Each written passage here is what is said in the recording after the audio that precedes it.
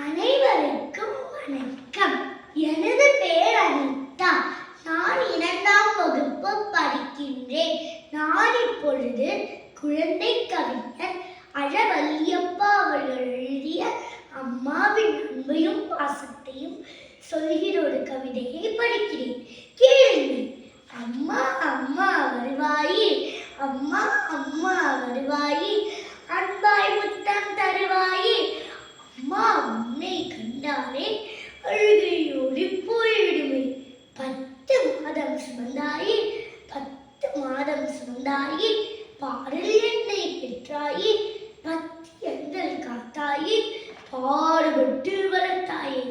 அழகுமிக்க சந்திரனை, அழகுமிக்க சந்திரனை ஆகாயத்தில் காண்பித்து பழமும் பாலும் ஊட்டிடுவாய், பாட்டும் கதையும் சொல்லிடுவாய், தமிழே கற்று தந்திடுவாய், தமிழே கற்று தந்திடுவாய், தத்து பித்தனம் பேசிடினும் அமுதம் அமுதம் என்றிடுவாய், அனைத்து முத்தம் தந்திடுவாய்.